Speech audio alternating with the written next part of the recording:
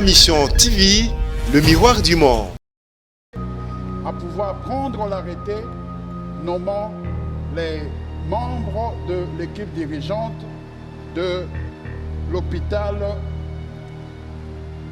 provincial général de référence de Kinshasa, ex-Mamayo.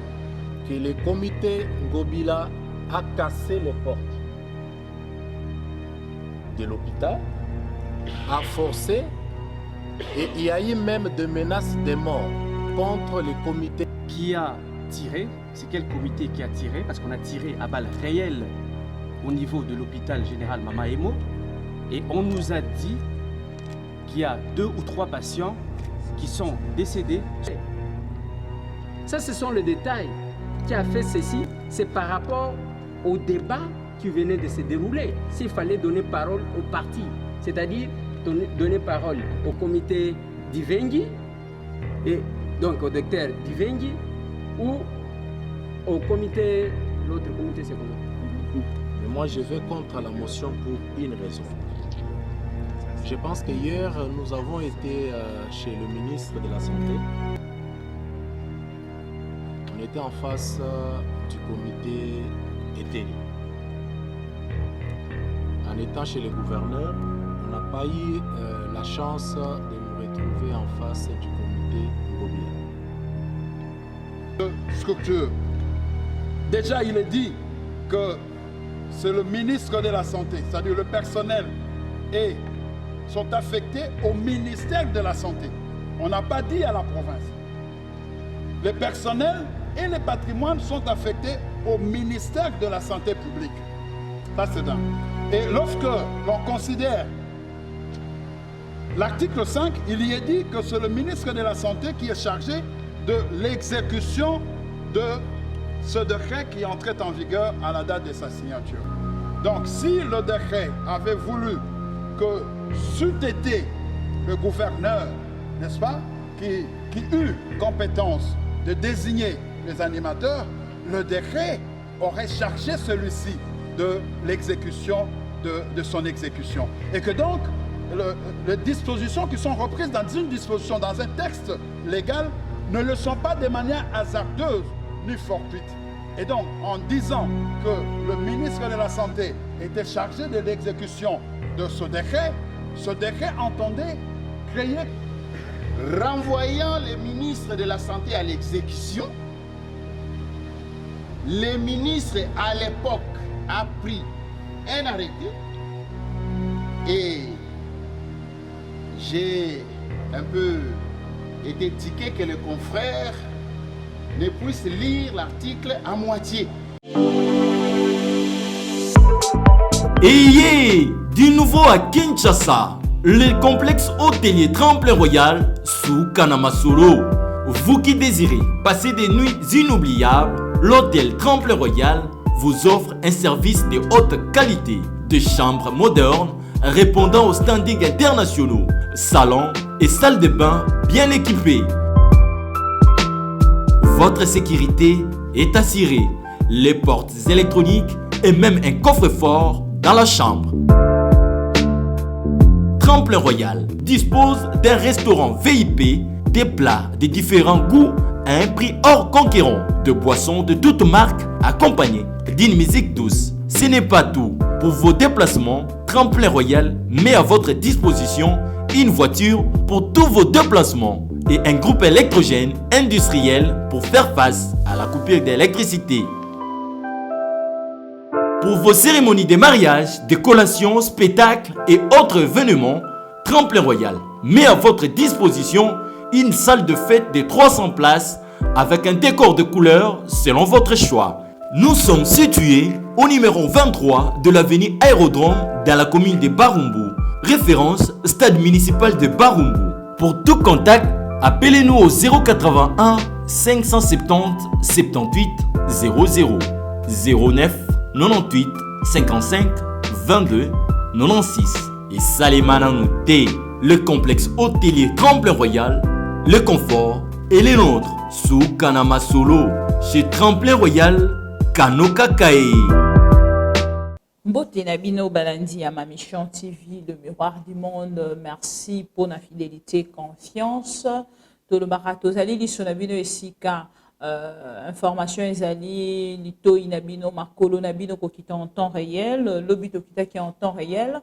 Esika ba députés nationaux ba sanganaki na ba comité à gestion ya Mama Emo boyebi depuis un moment. Mama Emo ezali na problème makasi concernant gestion na yango et sengela ki bongo te na bandeko ndenge bazali kosenga gestion ya kala ekende ya sika e remplacer mais question o biso tozali komituna te mokolo ya lelo tomona ki pe na kati ya réunion ya monene o to pe bosangani ya ba députés nationaux na ba gestionnaire ya Mama Emo o bazali na conflit actuellement.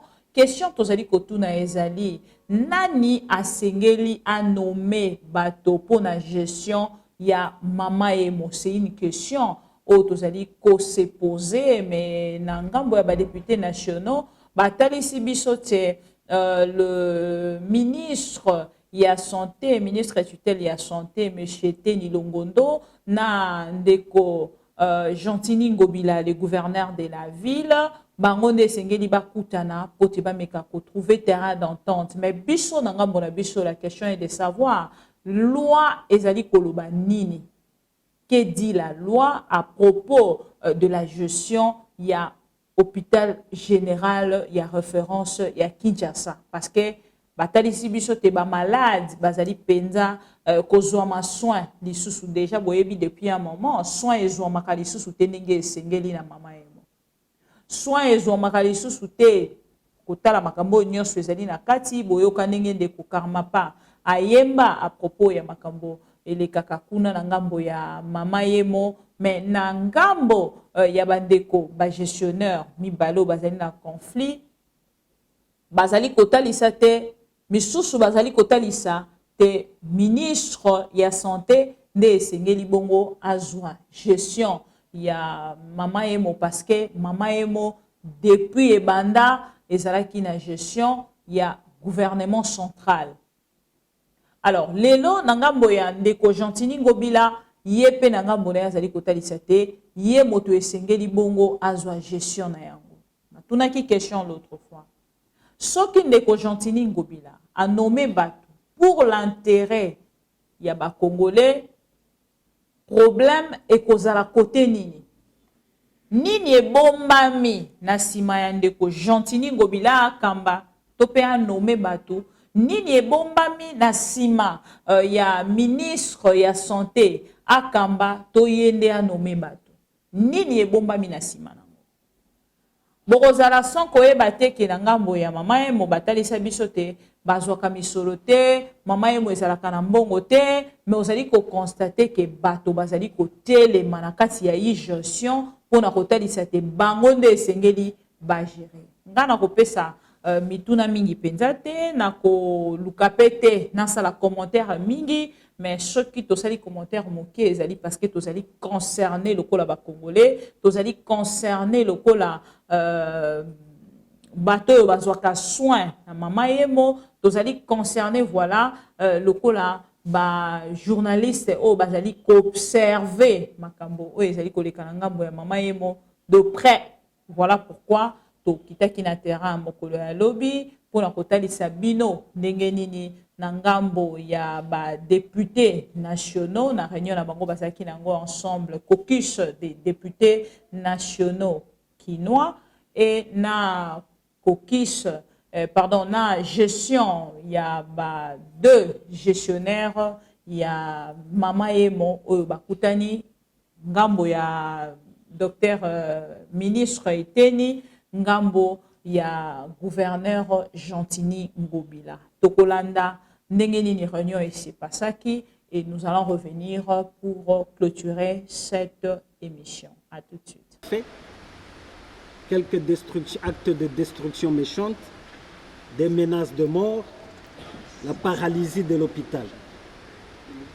Dans notre séance de travail d'hier, qui s'est passée tour à tour au ministère de la Santé, à l'hôpital Mama Emo et au gouvernorat, nous avions pu entendre le ministre de la Santé, le secrétaire général du ministère de la Santé, le docteur Divengi, qui est membre d'une aile du comité de gestion, le docteur Patrick et autres intervenants. Nous avions résolu de visiter l'hôpital. À l'issue de cette visite, nous avons fait le constat selon lequel il y a effectivement cessation de travail et aussi la présence des éléments de sécurité et de forces de l'ordre, en l'occurrence la police militaire. Nous ne nous sommes pas limités à l'hôpital, nous avons rendu visite au gouverneur qui a bien voulu recevoir notre délégation. Nous avons également entendu le gouverneur, sa version des faits. Comme recommandation générale issue de notre séance de travail, de nos séances de travail d'hier, il a été souhaité que nous puissions écouter toutes les parties, que nous puissions aussi discerner le fondement juridique de l'autorité compétente. Et enfin, qu'on puisse ensemble, dans la recherche de la paix sociale, surtout que cette institution est réputée être sacrée, gérée par des gens qui ont eu à prêter le serment d'Hippocrate. La vie humaine étant donc sacrée, il nous est recommandé de proposer rapidement, d'arriver rapidement à des solutions qui puissent restaurer la paix afin que, sans délai, le travail puisse reprendre dans cette grande institution de la ville-province de Kinshasa. Ce rappel étant fait, nous voudrions vous proposer l'ordre du jour suivant. Au premier point, la détermination de l'autorité compétente pour nommer un comité de gestion dans cette institution. Deuxième point, nous allons ouvrir les échanges entre et avec les partis, afin que l'une ou l'autre puisse exciper ses moyens de compréhension de cette problématique. Et enfin, nous allons faire certaines recommandations qui puissent nous permettre d'atteindre l'objectif que nous nous assignons, à savoir la restauration urgente de la paix sociale et la reprise du travail dans cette grande institution sanitaire de notre pays. Voilà donc succinctement l'ordre du jour qui vous est proposé. Nous savons qu'il y a de non-parlementaires parmi les participants, mais ici vous êtes au siège de la démocratie, au temple de la démocratie, dans ce même hémicycle où se tiennent les débats démocratiques, l'apprentissage de l'écoute de l'autre et même de la diversité de nos opinions. Voilà pourquoi nous vous commettons aussi à cet exercice démocratique, à savoir un ordre du jour n'est pas imposé, il est proposé pour que nous l'adoptions et ainsi, ensemble, nous allons passer à son examen. Je résume l'ordre du jour. Au premier point, la détermination puisse nous donner l'économie de cet exercice de cadrage juridique de l'autorité compétente pour nommer le comité de gestion. Et cela, avant que le secrétaire général ne prenne la parole, nous lui disons merci pour les diligences qu'il a pu faire en nous remettant, séance tenante, un mémorandum qui reprend pratiquement le cadre juridique relatif à la création, l'organisation et fonctionnement de l'hôpital général de référence de Kinshasa, l'analyse des bases légales attribuant les compétences d'affectation des membres du conseil de gestion et du comité de gestion de cet hôpital. Et enfin, il nous a proposé une conclusion. Donc, à tout seigneur, tout honneur, nous invitons le secrétaire général à livrer à l'Assemblée la quintessence de son mémorandum. Vous avez la parole, monsieur le secrétaire général. D'abord, remercier les honorables pour nous avoir donné cette opportunité d'échanger sur cette question qui est très importante pour la vie de nos populations. Le présent mémorandum décrit brièvement les cadres juridiques relatifs à la création, organisation et fonctionnement de l'hôpital provincial général de référence de Kinshasa, et l'analyse des bases légales attribuant les compétences d'affectation des membres du conseil de gestion et du comité de gestion. Premier point, du cadre juridique relatif à la création, organisation et fonctionnement de l'hôpital provincial général de référence de Kinshasa. L'hôpital provincial général de référence de Kinshasa a été créé par décret numéro 075-2002 du 27 juin 2002 portant dissolution d'un établissement public dénommé Hôpital Mama Yemo, en abrégé HMY. L'article 4 de ces décrets dispose que le patrimoine et le personnel du dit établissement sont affectés au ministère de la Santé publique pour les services publics dénommé Hôpital provincial général de référence pour la ville de Kinshasa. Ainsi dénommé et conformément aux recommandations de l'état des lieux du secteur de la santé de 1998 pour faire ressortir sa place des structures de référence provinciales dans les systèmes de santé au niveau de la ville de Kinshasa, étant donné que le système national de santé prévoit un hôpital provincial ou des références secondaires par province. C'est en exécution de ces décrets, voire son article 6, que le ministre de la Santé publique prendra un arrêté ministériel référencé numéro 1250 CAB MIN/S/BYY/023 MSC/2006 du 29 août 2006 portant statut et organisation d'un établissement public des soins dénommé Hôpital provincial de référence de Kinshasa, tel que publié dans le journal officiel du 1er septembre 2006. Que le fonctionnement de l'hôpital provincial général de référence de Kinshasa est assuré par les structures suivantes: comité de gestion, un conseil de gestion, un comité de direction, un comité de département et un conseil de département. En son article 15, cet arrêté stipule que la gestion journalière de l'hôpital est assurée par le médecin directeur, secondé par les différentes directions ci-après: direction administrative et financière, direction médicale, direction de nursing, direction de la pharmacie et les comités de département. L'alinéa 2 de cet article stipule que les directeurs de l'hôpital sont nommés par l'autorité de tutelle. Cette autorité de tutelle est précisée à l'article 1er du dit arrêté. Il s'agit du ministère ayant la santé dans ses attributions. En outre, le décret précité investit le ministre de la Santé publique du pouvoir de l'exécution du dit décret. De l'analyse des bases légales attribuant les compétences d'affectation des membres du conseil de gestion et comité de gestion de l'hôpital provincial général de référence de Kinshasa. La Constitution de 2006, telle que modifiée à ce jour, fixe à son article 203.10 l'engagement du personnel médical et agricole des commandements comme matière relevant de la compétence concurrente du pouvoir central et des provinces.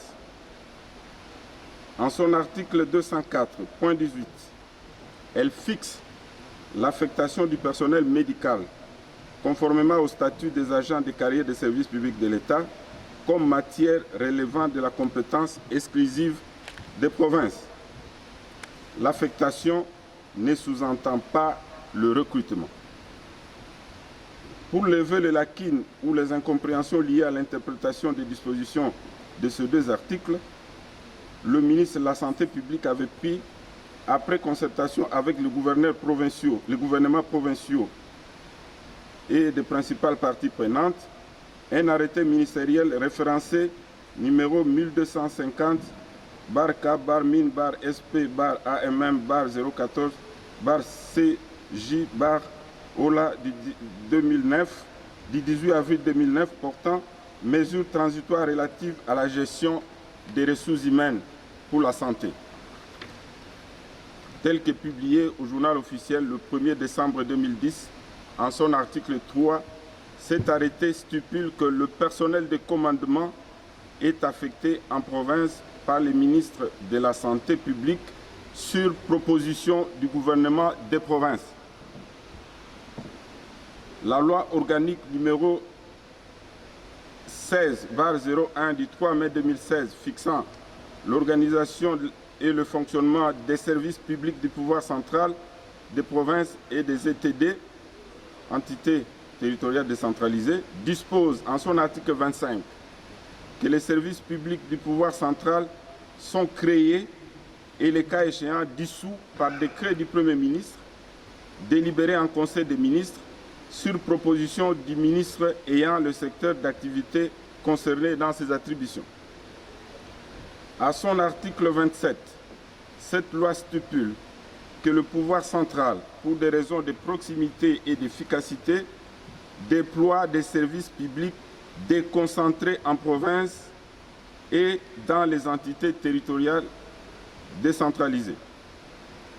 C'est le cas des divisions provinciales de la santé et des zones de santé. Par contre, les services publics de la province ou de l'entité territoriale décentralisée sont créés et les cas échéants dissous, mutatis mutandis, par arrêté du gouverneur de province ou par décision de l'entité territoriale décentralisée. À son article 41, cette loi organique établit qu'à dater de la promulgation en concertation avec les provinces, le pouvoir central procède à la répartition des ressources humaines. Ceci n'a pas encore été exécuté dans tous les secteurs, étant donné que les provinces ne disposent pas encore des fonctions publiques provinciales.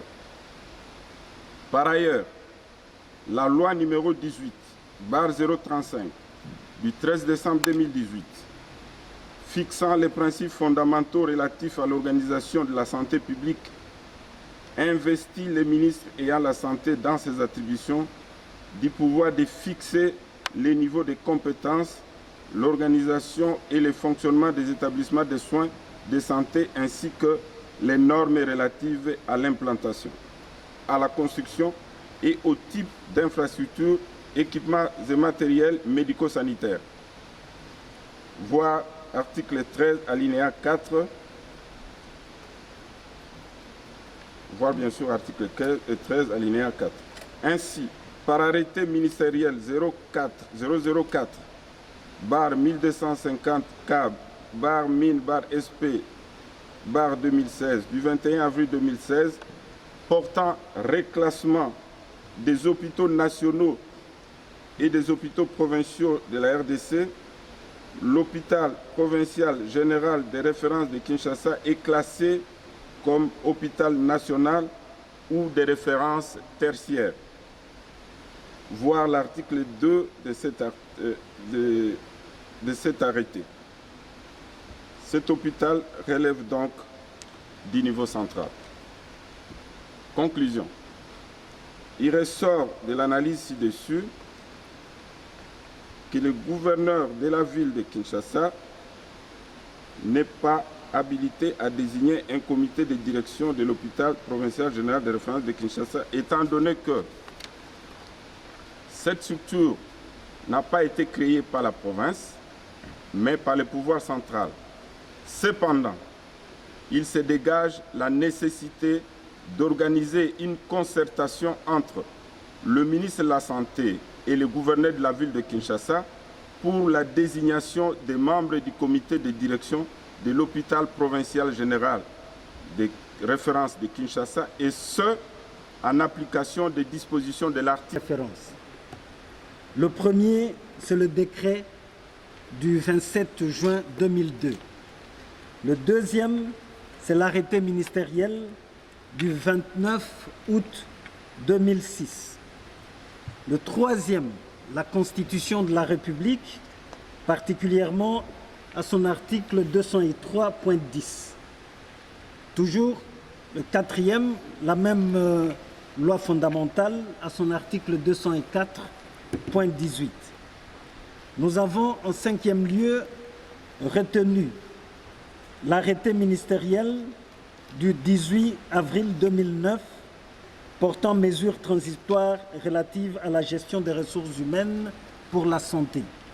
Sixième élément, la loi numéro 16/001 du 3 mai 2016 fixant l'organisation et le fonctionnement des services publics de pouvoir central des provinces et des entités territoriales décentralisées.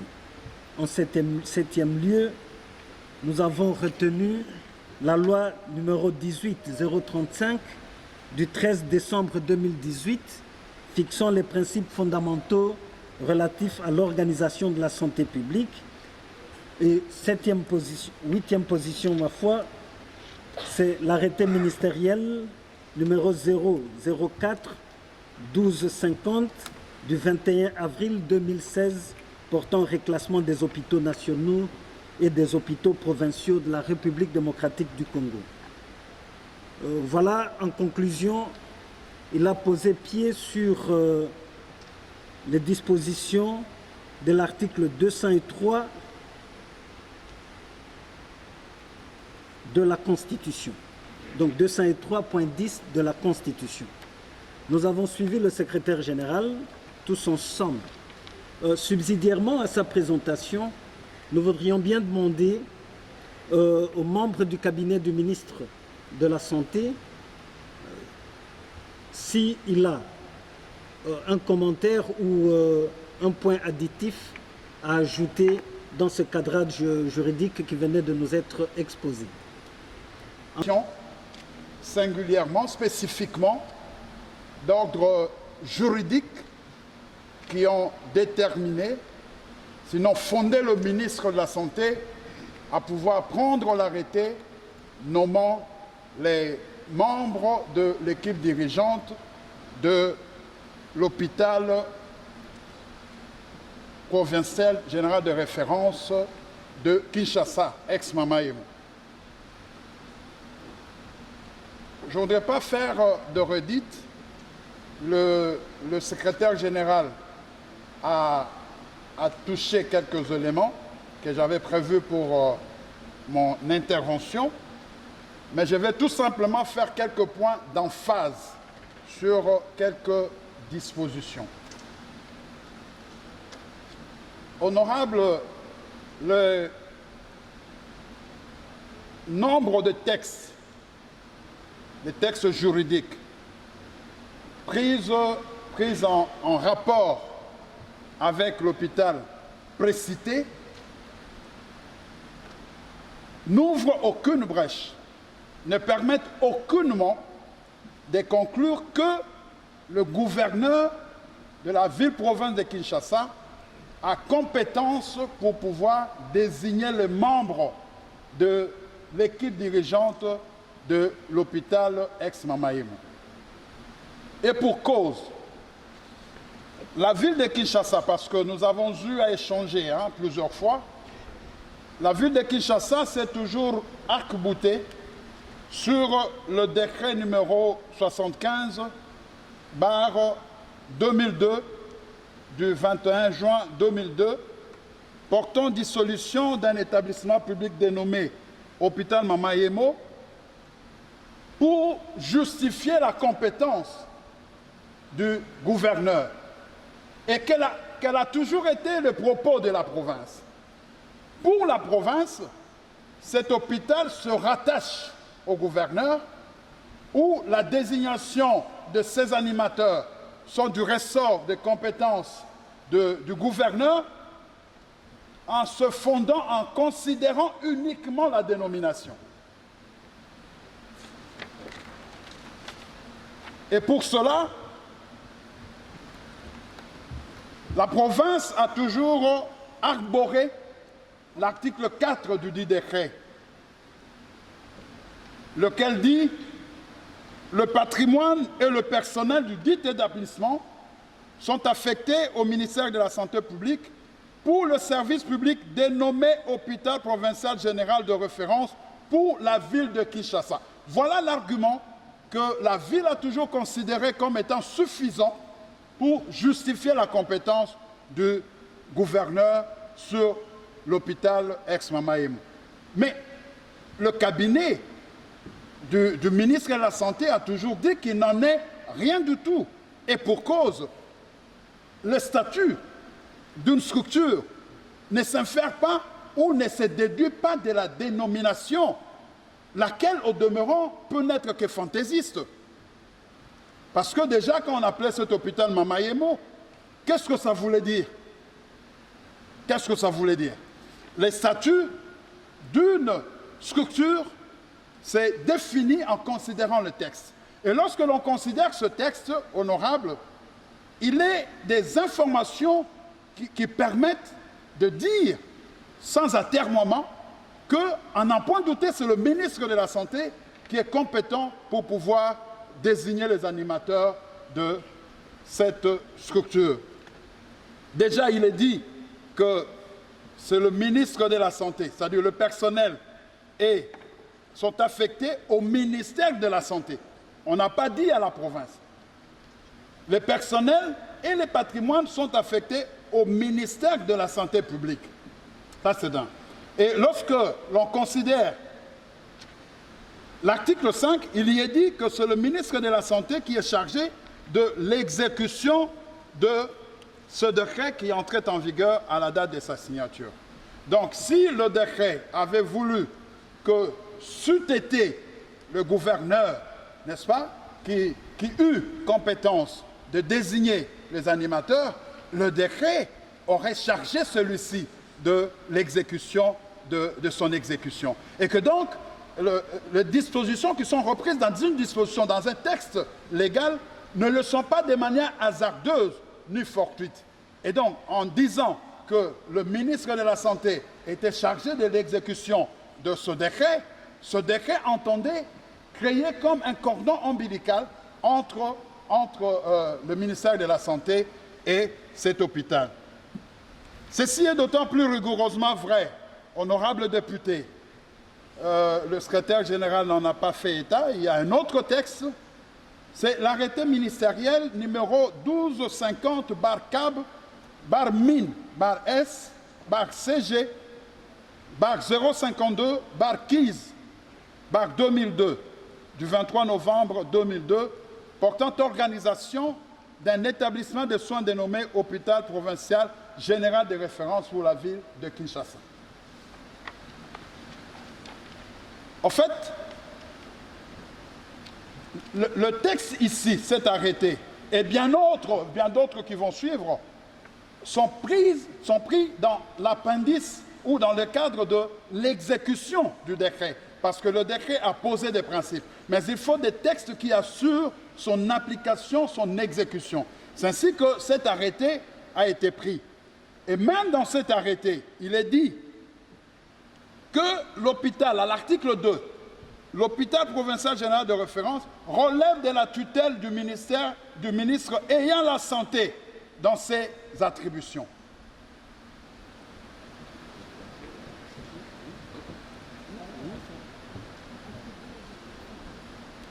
Voilà, et un peu plus loin, parce qu'il s'agit ici de la compétence,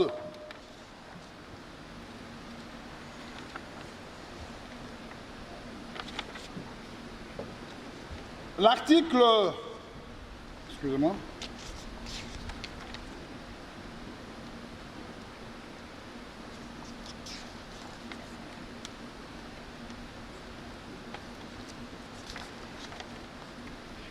l'article 7, qui traite du rôle de la composition et du fonctionnement des structures, dispose en son point 3, qui traite du médecin directeur. Le médecin directeur est nommé et, le cas échéant, relevé de ses fonctions par le ministre de la Santé, sur proposition du secrétaire général à la Santé, après avis du gouverneur de la ville-province de Kinshasa. L'emphase ici est mise sur le fait que c'est le ministre de la Santé qui désigne les animateurs de cette structure. À la suite de cet arrêté, viendra, parce que, honorable, vous conviendrez avec moi que le statut de l'hôpital provincial général des références n'avait jamais jusque-là été de manière précise, n'est-ce pas, circonscrit. C'est ainsi qu'en 2006, le ministre de la Santé va prendre un autre arrêté, l'arrêté ministériel numéro 1250/BY-BY-023/MC/2006 du 29 août 2006 portant statut et organisation d'un établissement public de soins dénommé Hôpital provincial général de référence de Kinshasa. Donc c'est cet arrêté qui définit maintenant le statut de cet hôpital. Parce que j'avais dit que le statut d'une structure ne s'infère pas, ne se déduit pas de sa dénomination. Donc l'unique texte... S'il vous plaît, maître. Oui. Je vais reprendre les références de cet arrêté. Arrêté ministériel numéro 1250. La date du 29 août 2006, portant statut et organisation d'un établissement public de soins dénommé Hôpital provincial général de référence de Kinshasa. Donc c'est le texte qui a circonscrit, n'est-ce pas, qui a défini les statuts de cet hôpital. Ce texte pose comme principe, en son article 1er, que l'hôpital provincial général de référence de Kinshasa est un établissement public à caractère social relevant de la tutelle du ministre ayant la santé dans ses attributions.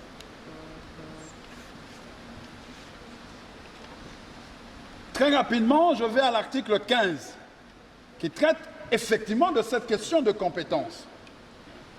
Cet article dit, article 15, dernier alinéa, les directeurs de l'hôpital, c'est-à-dire les membres de l'équipe dirigeante de l'hôpital provincial général de référence de Kinshasa, sont nommés par l'autorité de tutelle, qui se trouve être le ministre ayant la santé publique dans ses attributions. Donc, comme je l'avais dit, toute cette kyrielle de textes plaide en faveur, habilite le ministre de la Santé à pouvoir nommer les membres de l'équipe dirigeante. Il y a un arrêté, je ne suis pas passé par le cabinet, nous avions une manifestation ici.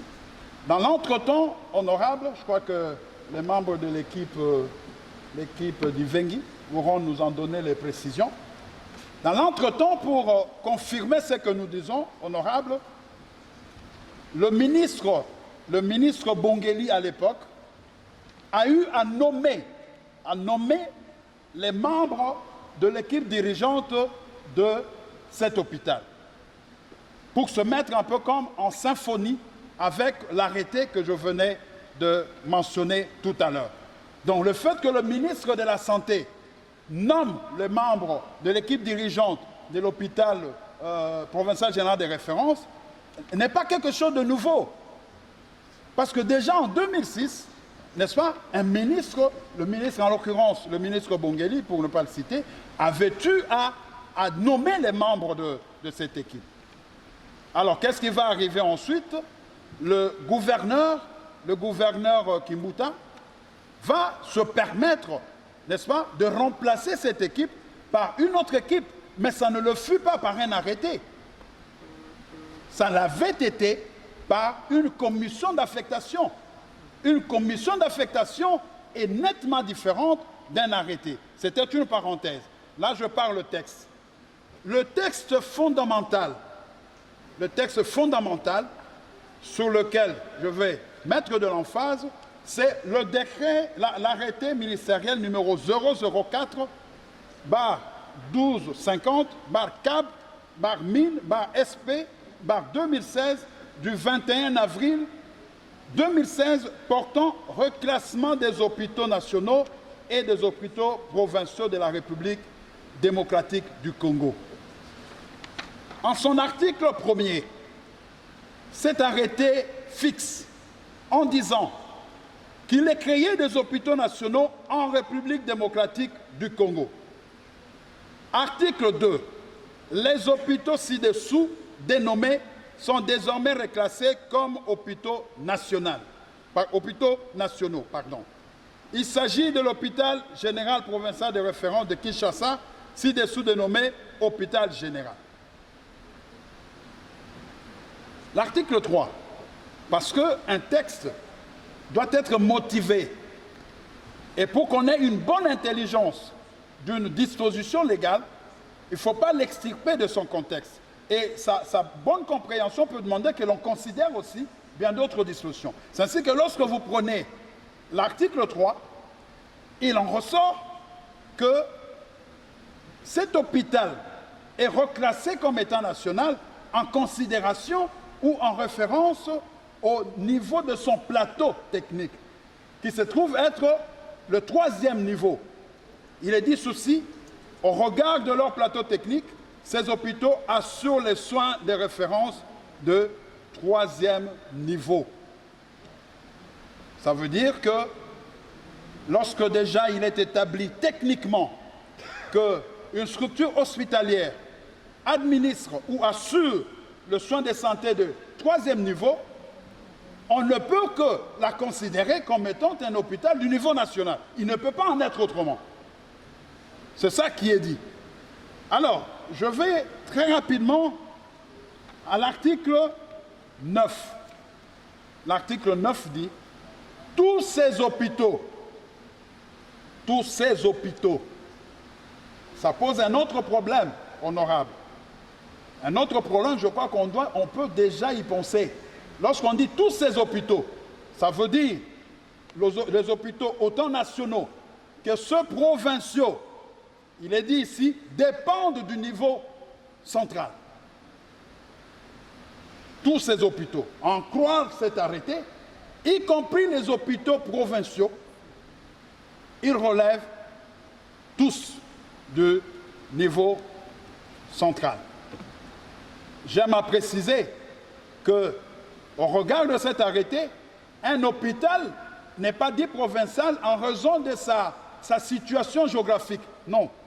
Ici, lorsqu'on dit provincial, ça renvoie plutôt à des considérations techniques qui sont celles du niveau du plateau technique. Et ça n'a rien à voir avec la localisation de l'hôpital. Voilà, honorable, ce que je pouvais ajouter pour l'heure, n'est-ce pas, tout en vous rassurant, honorable, le fait que le ministre de la Santé était Nilongondo, je ne fais pas son apologie, c'est quelqu'un qui agit en âme et conscience, et s'il a pris cet arrêté, il a pris en âme et conscience en ayant la conviction qu'il était en train d'agir comme de droit et sans aucune arrière-pensée ni poursuite d'intérêts mesquins ou personnels. J'ai dit pour l'heure. Merci. Article 1er et article 15 nomment ou indiquent l'autorité de tutelle.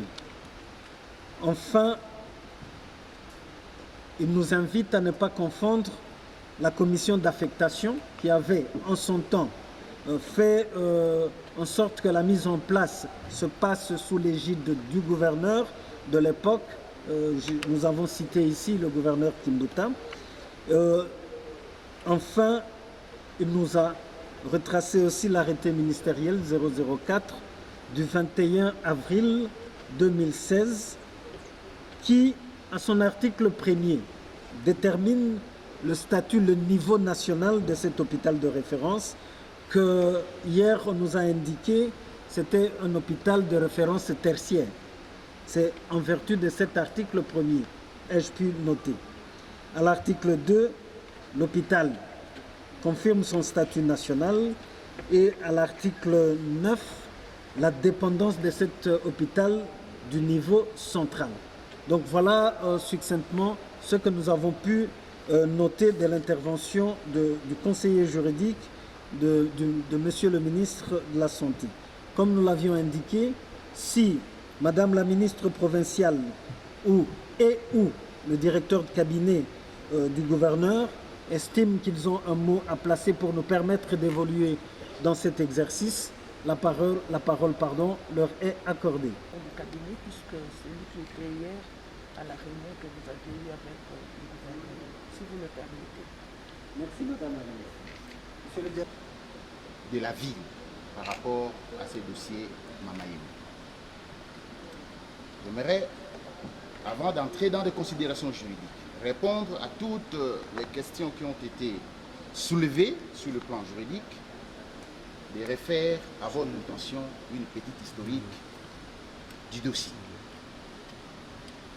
C'est comme vous l'avez pu constater que le 8 octobre 2020, le gouverneur avait pris un arrêté. Le gouverneur avait pris un arrêté nommant un médecin directeur et un directeur chef de staff. C'est le 8 octobre. Le 8 octobre 2020. Il n'avait nommé que 2 personnes dans ces comités-là. Un médecin directeur et un directeur chef de staff.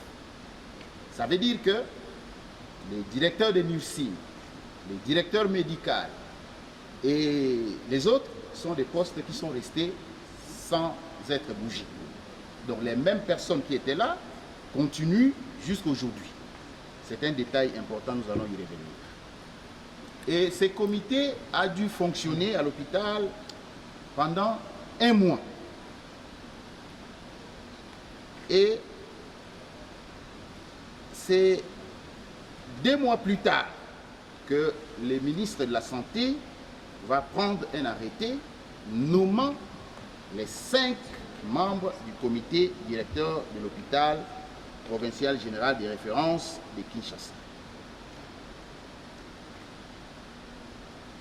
Le ministre, en nommant, il a écrit au gouverneur lui demandant de rapporter l'arrêté. Le gouverneur répond avec des arguments qu'il se considérait être compétent pour nommer comme il avait fait. Et toutes ces correspondances ont atteint le Premier ministre. Et c'est ainsi qu'une commission avait été mise en place par le Premier ministre et nous avons eu à assister à cette commission toutes les 2 parties, la ville et le ministère de la Santé, devant le Premier ministre. Mais avant que cette réunion ne soit tenue, le Premier ministre avait institué une commission, une autre commission, d'où nous sommes allés tous, moi-même qui vous parle, les conseillers juridiques, mon confrère maître Ingangue, avait pris part. Le Premier ministre a écrit officiellement demandant au ministre de la Santé de rapporter son arrêté. Cette lettre existe, je peux vous la produire. C'est à ce niveau-là que se trouve le problème. Si le ministre de la Santé avait retiré son arrêté, il n'y aurait pas eu bicéphalisme. Je rentre maintenant dans les considérations juridiques. J'aimerais vraiment que vous puissiez noter que avant que votre commission parlementaire ne s'investisse dans les dossiers, le gouvernement s'était investi également dans les dossiers et la dernière des solutions, c'était la lettre du Premier ministre demandant au ministre de la Santé de rapporter son arrêté. J'entre maintenant dans les considérations juridiques. Mais Honorables députés, je crois que quand on doit lire les textes, on doit faire très attention pour trouver l'interprétation et situer les textes dans son contexte. Nous ne devons pas oublier que la période de gestion de cet État congolais avant 2006 est différente d'après 2006. Parce qu'après, à l'année 2006, il y a eu promulgation de la Constitution. Et la loi sur la libre administration des provinces a été votée. C'est ainsi que nous nous versons dans les débats.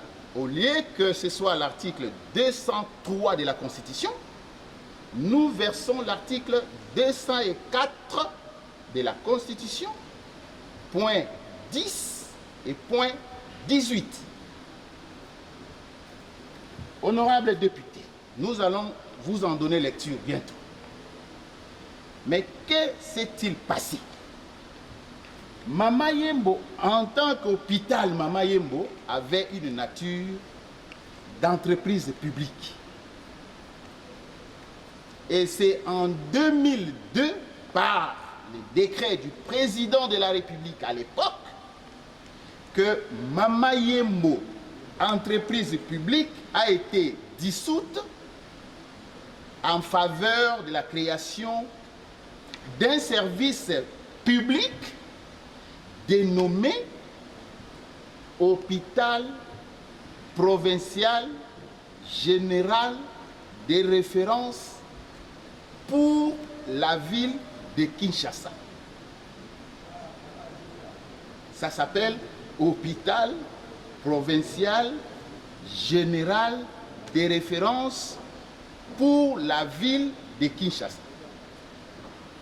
Autrement dit, et nous y reviendrons, lorsque vous allez voir qu'on invertit les noms, au lieu de dire hôpital provincial général, on dit par exemple hôpital général provincial, ce n'est plus la même chose. Les décrets qui créent l'hôpital provincial général de référence l'a créé, lui a donné une nature juridique de service public et non plus une entreprise publique. Et renvoyant le ministre de la Santé à l'exécution, le ministre à l'époque a pris un arrêté et j'ai un peu été tiqué que les confrères ne puissent lire l'article à moitié. Il aurait dû lire l'article dans son ensemble pour vous permettre de voir que le gouverneur n'est pas exclu de cette affaire. L'arrêté dit est intitulé Arrêté ministériel numéro 1250-K-1000-SC-CG-052-KIS-2002 du 23 novembre 2002 portant organisation d'un établissement de soins dénommé Hôpital provincial général de référence pour la ville de Kinshasa.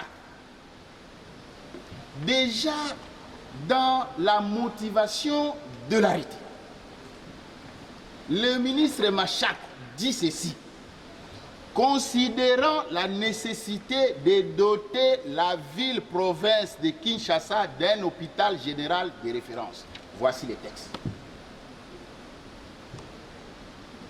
L'article 2 qui a été lu, voici comment il a été lu, comment la lecture a été biaisée. Moi, je vais le lire en entièreté. L'hôpital provincial général de référence relève de la tutelle du ministère ayant la santé dans ses attributions et fonctionne sous l'autorité du gouverneur de la ville-province de Kinshasa. Voici les textes. On ne vous a pas donné cette lecture-là. On ne vous a pas donné cette lecture. Donc, les gouverneurs n'est pas totalement exclus de cette affaire. Lorsque vous entendez parler de reclassement des hôpitaux, c'est l'arrêté numéro 004 bar 12 bar 50 bar CAB-MIN bar SP bar 2016 du 21 avril 2016 portant reclassement des hôpitaux nationaux et des hôpitaux provinciaux de la République démocratique du Congo. Que dit ce texte? Ce texte dit ceci, à l'article 2, tel qu'il a été lu, mais un mot a été soustrait dans la lecture. Voici comment l'article est libellé. Les hôpitaux ci-dessous dénommés sont désormais, ça on avait enlevé dans la lecture, sont désormais reclassés comme hôpitaux nationaux. Il s'agit de hôpital général provincial de référence de Kinshasa, ci-dessous dénommé hôpital général. Qu'est-ce que nous nous disons à ce sujet? Déjà, nous vous avons dit que les textes qui créent, qui avaient dissous Mama Yembo comme entreprise, avaient donné un nom à cet hôpital-là. Et le nom, c'est Hôpital provincial général de Kinshasa, pour la ville de Kinshasa. Mais ici, qu'est-ce qu'il y a? Le ministre Kabang Numbi a relevé au niveau national autre chose que l'ex-Mama Yembo. Parce que il est dit que ce qui est relevé au niveau national, c'est quoi? C'est hôpital général provincial de référence de Kinshasa. Alors que les textes qui créent cet hôpital, les décrets du 27 juin, ne parlent pas de ça, parlent plutôt d'hôpital provincial général de référence pour la ville de Kinshasa. Deuxième problème, s'il s'agissait alors de Mama Yembo comme hôpital, ex-Mama Yembo, mais il existe dans la chronologie des textes un acte supérieur qui ne peut pas être abrogé par un acte inférieur. L'acte du ministre est un acte inférieur par rapport au décret, aujourd'hui, ordonnance du président de la République. On ne peut pas imaginer en droit que les textes qui créent disent une chose, que les textes qui exécutent puissent en dire une autre. Est-ce que le gouverneur est compétent, oui ou non? J'ai entendu tout ce qui a été dit là-bas. On a cité les textes, mais moi je voudrais m'appesantir sur la Constitution en son article 204, point 10 et point 18. Les points 10 disent ceci, que les services provinciaux, les services publics provinciaux, et c'est là, puisque c'est l'article 204, sont de la compétence exclusive des provinces. Ce n'est pas une compétence concurrente.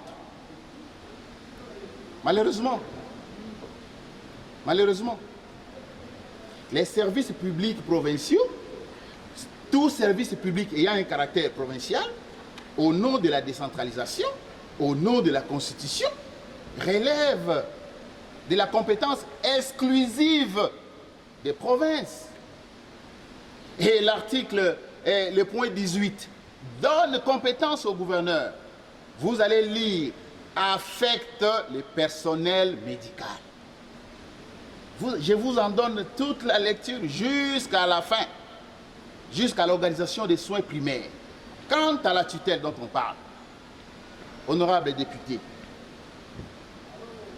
mais tous les hôpitaux, que ce soit Mama Yembo, que ce soit un hôpital situé dans quel coin de la République, relèvent de la compétence, relèvent de la tutelle technique du ministère qui a la charge d'exécuter la politique nationale en matière de santé. Mais s'il n'en était pas ainsi, pourquoi on a fait la distinction entre hôpitaux provinciaux et hôpitaux nationaux? Nous, tous les hôpitaux, la politique générale, la politique de la santé est animée par les ministres de la santé, les ministres ayant la santé dans ces attributions. Il ne peut pas en être autrement. Mais cela ne dit pas que même pour des matières relevant de la compétence exclusive des provinces, qu'on y mette pied et qu'on considère que, parce que c'est la tutelle, entre un arrêté et une constitution, qu'est-ce qui vaut? Entre un arrêté et la constitution, qu'est-ce qui vaut? Qu'est-ce qui prime? C'est pourquoi le gouverneur m'a demandé d'assister à cette réunion pour dire qu'il n'a fait que son travail. Il n'a fait que son travail. Si jamais, après que le Premier ministre ait demandé au ministre de rapporter son arrêté, en considération du fait que cet hôpital était un hôpital provincial, relevant de la compétence de la province, si votre commission, statuant librement au vu des documents, va considérer autrement, le gouverneur n'a rien à se précipiter là-dedans. Il m'a chargé de vous le dire. Et il a dit hier aux députés qui sont là, qui sont venus le voir. Toutefois, pour autant que c'est un droit, le droit doit être défendu jusqu'au bout. Je pense ne pas être long. Les éléments produits suffisent. Donc, on est en train de s'acharner juste pour autre chose que l'hôpital ex-Mama Emo. Merci beaucoup, honorable député, votre honneur. Honorable, je seulement de mettre assistance ici dans la vérité. Le décret 075/2002 du 27 juin 2002 portant dissolution d'un établissement public dénommé Hôpital Mama Emo en abrégé HMY. On n'avait pas dissous une entreprise publique. L'entreprise publique Mama Emo s'était déjà arrêtée avant. Nous étions au stade de l'hôpital général de Kinshasa, établissement public. Donc, nous n'étions plus entreprise publique. L'entreprise publique était partie avec Dr Longo, Dr Bungo et Dr Modia. On n'avait pas dissous une entreprise publique. Cet argument qu'on aille vérifier et tout ça, et le sénateur, vous pouvez envoyer vos limiers pour les dire. J'ai dit, on a dissous un établissement public. On n'a pas dissous une entreprise publique comme Maître venait de le dire. Ensuite, je suis un peu perplexe parce que nous demandons seulement l'application des textes. Nous ne demandons rien d'autre que l'application des textes. Les autres problèmes inhérents à cette crise-là, nous pouvons résoudre ça, soit entre nous, soit avec la justice. Et je rappelle ici que Maître s'accroche sur la lettre de son Excellence, Monsieur le Premier ministre. La lettre de son Excellence, Monsieur le Premier ministre, est au-dessus de la loi. Parce que la loi numéro 18/035 du 13 décembre 2018 fixant les principes fondamentaux relatifs à l'organisation de la santé publique. C'est une loi. Cette loi a été adoptée par l'Assemblée nationale ici. Nous sommes en 2018. Et en son article 13, il est dit ceci.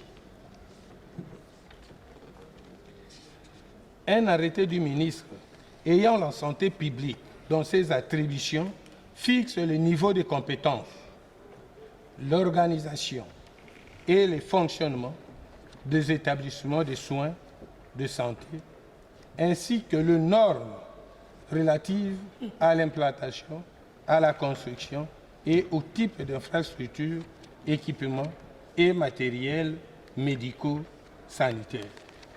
C'est l'article 13 qui le dit. Alors, nous sommes un peu perplexes que le Premier ministre ait violé cette loi. Ça, c'est une loi qui donne compétence au ministre de la Santé publique pour classer les hôpitaux en République démocratique du Congo, en tenant compte de leur plateau technique. Honorable, c'était sur cette vérité que je voulais dire. On n'avait pas dissous une entreprise publique, c'était un établissement public. Et je pense que la loi que vous aviez votée est au-dessus de la lettre de son Excellence, Monsieur le Premier ministre, qui n'a pas suivi la loi. Docteur Maïs, je vous remets la parole. Comme il l'a dit, l'article 075/2002 n'a pas dissous une entreprise publique. Je vais vous donner la référence. Le décret qui a dissous l'entreprise publique, c'est le décret 0054 du 27 décembre 1996. Voilà. C'est celui-là qui a dissous l'entreprise publique qui a été créée en 1971. Alors, juste apporter une petite précision de syntaxe. Apporter une petite précision de syntaxe à mon... Ce n'est pas mon collègue, justement, mon aîné, n'est-ce pas, monsieur le directeur de cabinet, que je respecte beaucoup, je vous salue en passant. L'article 28, alinéa 4, justement de la loi 08/12 portant principes fondamentaux relatifs à la libre administration des provinces, stipule ceci. Le gouverneur, chef de l'exécutif provincial, dispose de l'administration publique en province. À ce titre, tous les services publics provinciaux et nationaux en province sont placés sous son autorité. Je pense que c'est facile à comprendre. Placer sous son autorité veut dire que quand un service public, qu'il soit national ou provincial, dans la ville de Kinshasa, a besoin de se référer à une autorité, cette personne ou ce service se réfère au gouverneur de la ville. Un exemple simple. À l'hôpital général, il y a eu des échauffourées. Nous avons vu une réquisition de monsieur le gouverneur, justement pour mettre de l'ordre. Je me demande si l'Assemblée nationale est protégée par qui? Justement par les policiers qui sont envoyés par le gouverneur de la ville. Aujourd'hui, nous avons par exemple une entreprise comme la Régie des eaux, la SNEL. S'il y a un problème là-bas, qui répond, qui va agir premièrement? C'est le gouverneur de la ville. Parce que justement, cette entreprise a besoin de la sécurité dans la ville sous couvert le gouverneur. En même temps, ça ne donne pas, cette phrase, qui a été très mal comprise, ne donne pas le droit au gouverneur de nommer dans une institution nationale. Là, je donnerai le droit au gouverneur de nommer à la SONAS, il va nommer à la DGDA, à la DGRAD, parce que c'est dans la ville de Kinshasa. Vous comprenez que sous l'autorité du gouverneur ne veut pas dire qu'il a le droit de nommer. Sous l'autorité du gouverneur veut dire qu'il est obligé. C'est la première autorité qui répond en cas de problème dans cette entreprise publique. Voilà. Deuxième point, c'est question de temps aussi. En 2002, tout ce que le décret loi 075 a pondu, il n'y avait pas encore la décentralisation. La décentralisation est venue en 2006. Donc la tutelle, n'est-ce pas, quand on parle de tutelle au ministère de la Santé, c'était le ministère de la Santé nationale à l'époque. Les ministères provinciaux sont venus après. Il n'y avait pas encore de décentralisation à cette époque-là. Donc, c'est une question de très mauvaise interprétation. Le reste, c'est peut-être avec le temps. Vous avez lu, notre mémo, il est là sur votre table. Vous comprendrez, c'est en français facile. Merci beaucoup. Institutionnel, est-ce qu'on peut nous donner quand même lecture de la correspondance du Premier ministre pour avoir un peu une idée sur les conclusions auxquelles ils sont aboutis? Avec l'expression de mes hommages les plus différents, Palais de la Nation à Kinshasa Gombe, à Monsieur le ministre de la Santé, à Monsieur le gouverneur de la ville de Kinshasa, tous à Kinshasa-Goma, concerne désignation des membres du comité de gestion de l'hôpital provincial général de référence de Kinshasa.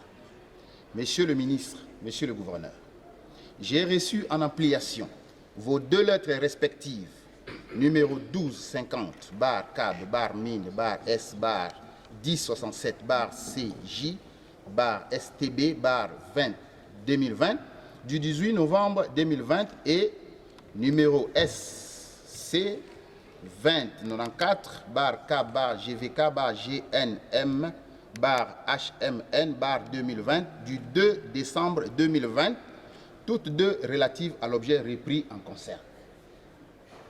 À la lumière de ces 2 courriers, je note qu'un conflit de compétences en matière de nomination des membres du comité de gestion de l'hôpital provincial général de référence pour la ville de Kinshasa vous oppose à ce que l'un estime détenir les pouvoirs de nomination en lieu et place de l'autre. Ainsi, à la suite des nominations opérées par M. le gouverneur de la ville, province de Kinshasa, par arrêté numéro SC 309 bar K bar GVK bar GNM bar 2020 du 8 octobre 2020 portant nomination de quelques cadres de l'hôpital provincial général de référence de Kinshasa et de la maternité de Kitambo dans la ville de Kinshasa, M. le ministre de la Santé a réagi en procédant à son tour à ces nominations suivant son arrêté ministériel numéro 1250 bar K bar mine bar S bar 016 bar C J bar ONC bar 2020 du 14 décembre 2020 portant nomination des membres du comité directeur de l'hôpital provincial général des références de Kinshasa.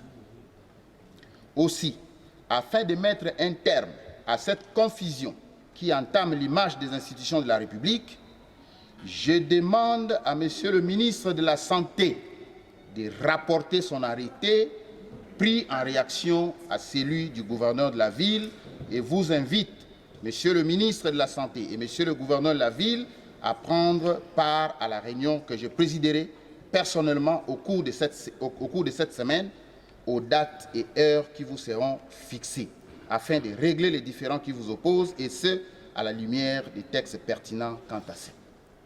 Veuillez agréer, Monsieur le ministre, Monsieur le gouverneur, l'assurance de ma parfaite considération. Sylvestre Ilunga Ilunga. Certes, je suis avocat, mais je suis conseiller juridique du ministre. Et au regard du décret qui organise le cabinet,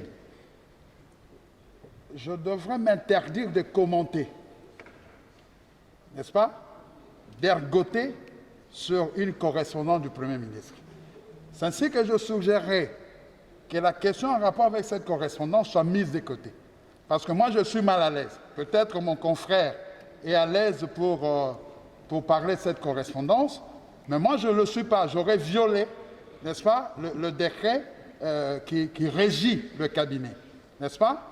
Et puis, là, je ne critique pas, mais il ressort de cette correspondance que de réunions devaient se tenir. Mais la question que l'on doit se poser, quelle est la suite qui a été réservée à toutes ces réunions? Nous y avons été. Nous avons présenté nos arguments, lesquels se sont révélés massifs. Parce que, alors que la réunion était convoquée, il y avait déjà une commission qui avait été mise sur pied, qui statuait sur la question, aux travaux desquels je n'avais pas été convié. Alors que sur cette question, j'avais toujours été l'interlocuteur de la ville. Je n'avais pas été convié, et lors de la réunion, alors que j'accompagnais son Excellence Monsieur le Ministre, je serais surpris que l'on me présente un document, n'est-ce pas, émanant de cette commission, dans lequel il avait été proposé ce que le Premier ministre avait dit. Donc je dis que je ne veux pas y aller loin, n'est-ce pas, pour que je sois plus à l'aise, je suggère que, c'est vrai qu'on l'a lu, mais que ça ne fasse pas l'objet des débats, parce que je ne peux pas, même si les choses sont ce qu'elles sont, mais nous sommes encore là, je ne peux pas me reconnaître le droit de pouvoir critiquer, n'est-ce pas, l'œuvre du Premier ministre. Honorable, je voudrais mettre en épingle ce qui est ressorti comme constance dans le discours de la ville. La ville, au rebours de nous, nous autres, la ville ne nous a pas dit que le ministre n'est pas compétent, alors que nous avons dit que le gouverneur n'était pas compétent sans balbutier. Mais vous avez noté, honorable, que la ville a dit seulement le gouverneur n'est pas exclu. Le gouverneur n'est pas exclu. Mais en le disant, elle confirme quelque chose. C'est pour dire, en d'autres termes, c'est vrai que le ministre est compétent, mais qu'il ne nous exclut pas. Ça, c'est une constance. Et lorsque l'on dit que la ville dit qu'on ne l'exclut pas, la ville s'arc-boute sur l'arrêté de 2002. Mais si le ministre, par ma voix, a rappelé cet arrêté, c'était pour de fin d'histoire. Mais lorsque vous lisez l'arrêté de 2006, cet arrêté a abrogé l'arrêté de 2002. Donc ça veut dire qu'on ne peut plus parler de cette histoire de concertation. Les ministres qui doivent avoir l'avis de la province, ça n'a pas de fondement juridique. En tout cas, dans l'état actuel, ça n'a pas de fondement juridique parce que le texte qui posait ce principe-là a été abrogé. L'arrêté de 2002 a été abrogé par l'arrêté de 2006.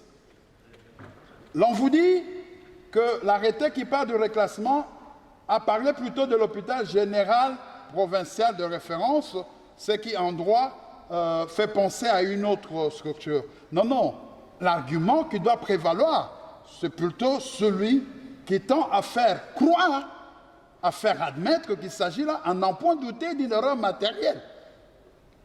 Et substantiellement, ça ne pose pas de problème, d'autant plus qu'il n'y a pas un autre hôpital, n'est-ce pas? L'hôpital dont l'arrêté fait mention n'existe pas, si on doit s'en tenir, n'est-ce pas, à ce que l'on a dit. Mais la bonne foi dans l'interprétation commande que l'on considère qu'il y a eu plutôt erreur matérielle. L'article 204 de la Constitution qui parle de la compétence exclusive de la province à pouvoir affecter le personnel médical. Dont acte honorable. Mais l'affectation, je l'ai dit, est différente de la nomination. Oui, je ne...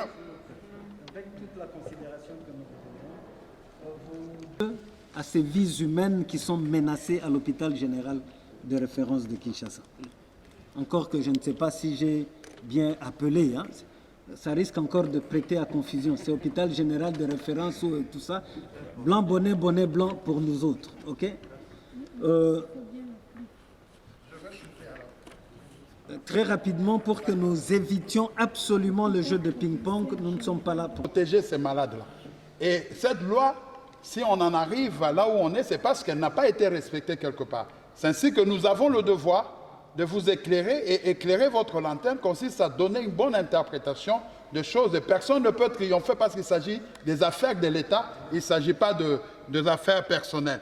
Nous voulons seulement éclairer votre religion par rapport à un certain nombre de choses. Donc je pense que l'affectation, je le dis, j'en veux pour exemple, dernièrement ici, le chef de l'État a nommé les secrétaires généraux.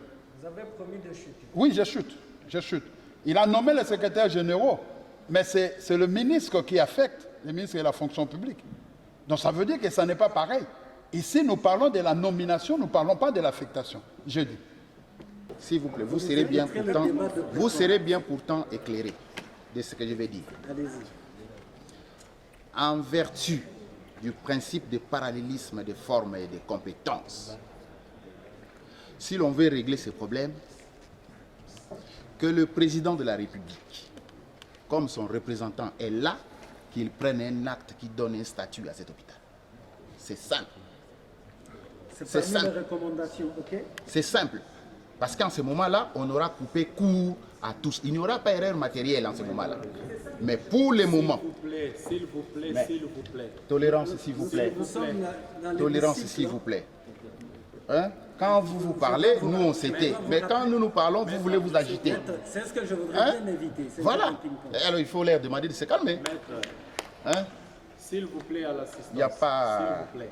Alors, je dis que le mieux à faire, c'est de remettre la question au niveau du président de la République pour un acte qui départage les partis. Lorsque le président de la République aura pris, comme le premier avait pris un décret, il prend une ordonnance, il attribue un statut, et l'affaire est réglée.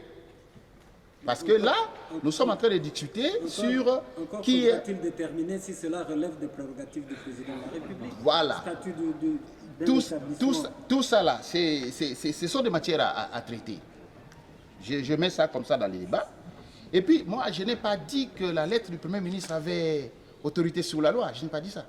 J'ai seulement rappelé l'historique du dossier, du traitement du dossier, que depuis que le dossier avait commencé, jusqu'à là où il s'est arrêté, pour que vous puissiez prendre la relève, c'est par là. C'est ce que j'ai dit. N'en déplaise au docteur Mankoy. Bon. Est-ce qu'une ordonnance qui a dissous tout ça là, le problème c'est quel est le statut de cet hôpital? Est-il service public national? Est-il service public provincial? Et s'il est service public provincial, qui est compétent? Voilà les cheminements du raisonnement. Et puis je termine en disant qu'entre la Constitution et tous les arrêtés, la décentralisation, et donc c'est l'article 204 qui s'applique.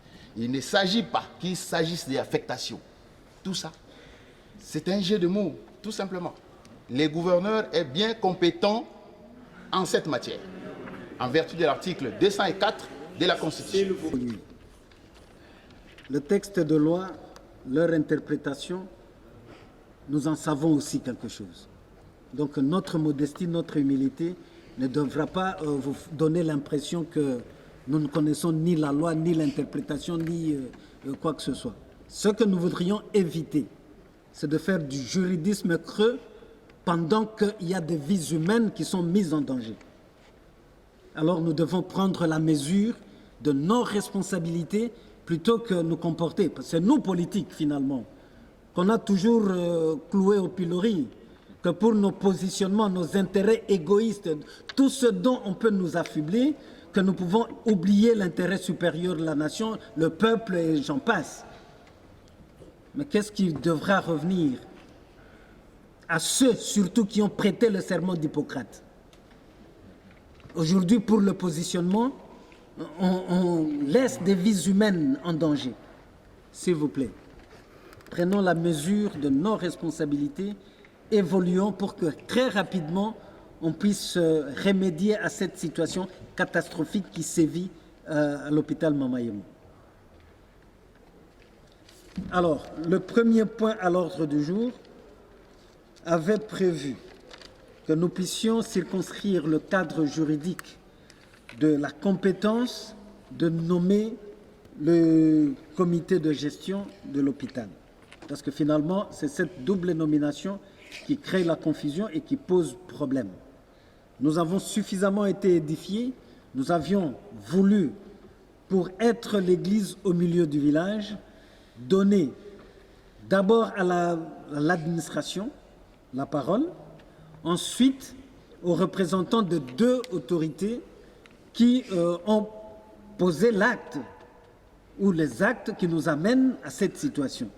Ici, j'entends le ministre de la Santé et le gouverneur de la ville-province de Kinshasa. Nous avions voulu également donner la parole à ceux qui sont dans l'interaction quotidienne de la vie de cette institution. Voilà pourquoi nous nous sommes dit de privilégier aussi la voix de sans-voix, même s'ils sont impliqués là-dedans, et nous avons entendu la représentation des travailleurs, le syndicat. En donnant la parole au syndicat, nous savons ce que nous disons par expérience. Ceci étant, je crois que nous pouvons passer au deuxième point de notre ordre du jour, tout en espérant que nous ferons l'économie des polémiques. Monsieur le secrétaire général. Oui. Administratif, il y a des pratiques sur lesquelles on peut construire. Aujourd'hui, il y a les divisions provinciales de la santé, qui sont des structures déconcentrées du ministère de la Santé au niveau national. et qui sont mises sous l'autorité de la province. Mais le recrutement des cadres, chefs de division et tous les chefs de bureau, c'est fait par un processus de concours, mais à la fin, le gouverneur et le ministre national se concertent pour nommer les responsables. Par contre, alors qu'il travaille au quotidien, le chef de division qui est là, il travaille sous l'autorité du gouverneur. Mais celui qui a pris le dernier acte, c'est le ministre, mais après concertation avec le gouverneur. Ça, c'est une première expérience. Deuxième expérience, la clinique Ngaliema. Pourquoi on ne parle pas de la clinique Ngaliema aujourd'hui?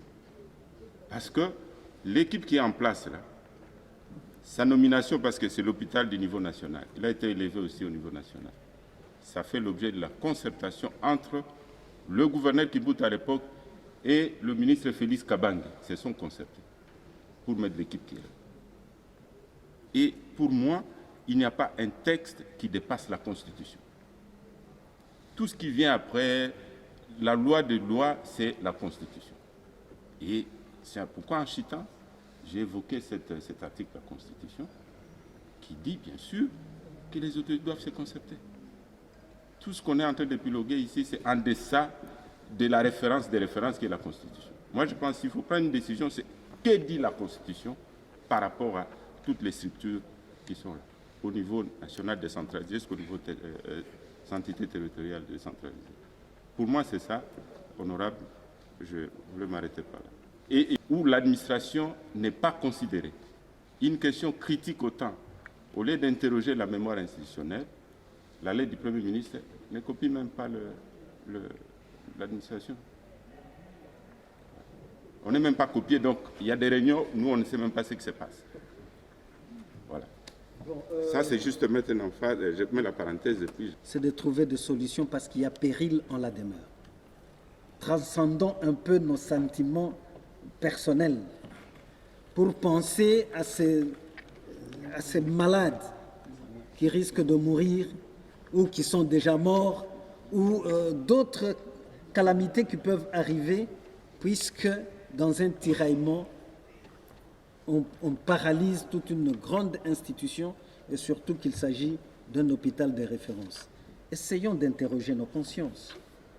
Essayons de faire notre introspection. Et cela va nous permettre d'aller de l'avant et de résoudre ce problème crucial. Dites-vous que l'Assemblée nationale est capable de faire des recommandations contraignantes. Mais nous n'en sommes pas là. Nous croyons en des vertus du dialogue pour qu'on puisse apaiser le cœur et que le travail puisse reprendre avec beaucoup plus de sagacité, de pugnacité, dévolue à cette mission sacrée que de pouvoir administrer des soins, de pouvoir s'occuper de ceux qui sont en détresse. Le comité nommé par le ministère a été représenté valablement par maître. Et le comité nommé par le gouverneur a été défendu valablement par son directeur de cabinet. Donc, si on doit encore revenir vers le comité, là, ça ne sera que des redites. Comme c'est tout, comme eux sont partis au procès, nous devons leur laisser comme ça. Nous allons peut-être évoluer d'une autre manière. C'est ma proposition. C'est une motion. C'est une motion. Vous comprendrez. Un instant. Non, motion sur motion Neveu. Motion sur motion Neveu au niveau parlementaire. S'il vous plaît, s'il vous plaît. J'ai la police. Hein. Je n'ai pas le marteau, malheureusement. Bon, nous sommes devant une motion. Et vous comprendrez qu'en introduisant ce point, j'étais moi-même perplexe. Je me demandais si ça valait encore la peine que nous puissions examiner le deuxième point. Mais pour rester formaliste, puisque c'est un point que nous avions adopté à l'ordre du jour, il aura fallu qu'on le présente. Alors, nous sommes devant une motion qui nous demande de ne plus rouvrir ce débat. Dans la pratique, on va prendre une intervention pour, une intervention contre. L'honorable, c'est pour contre la motion, c'est bon. Mais je voudrais, honorable, demander que la motion soit soutenue et contredite par nous. Mais moi, je vais contre la motion pour une raison. Je pense que hier, nous avons été chez le ministre de la Santé. On était en face du comité ETENI. En étant chez le gouverneur, on n'a pas eu la chance de nous retrouver en face du comité Ngobila. Mais il y a eu des accusations hier que moi j'ai notées. Du comité ETENI contre le comité Ngobila. Moi je pense qu'il serait sage que le comité Ngobila nous réponde face à ces accusations-là. Je me permets de me lever. Que le comité Ngobila a cassé les portes de l'hôpital, a forcé, et il y a eu même des menaces de mort contre le comité ETENI. Ça, c'est très grave. Moi, j'ai noté cela. Je voudrais rappeler aussi à l'assistance ici, rappeler au comité ETENI, au comité Ngobila, aux représentants de part et d'autre. Nous ne sommes pas venus plaisanter ici.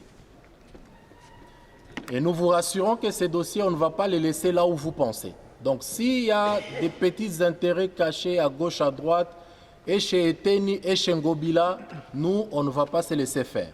Parce qu'il y a des vies qui sont en train de mourir là-bas. Nous sommes au courant, nous avons visité l'hôpital hier. Alors, honorable, moi je voudrais que vous puissiez accepter, comme il y a les deux comités ici, que le comité Ngobila réponde à ces accusations d'hier.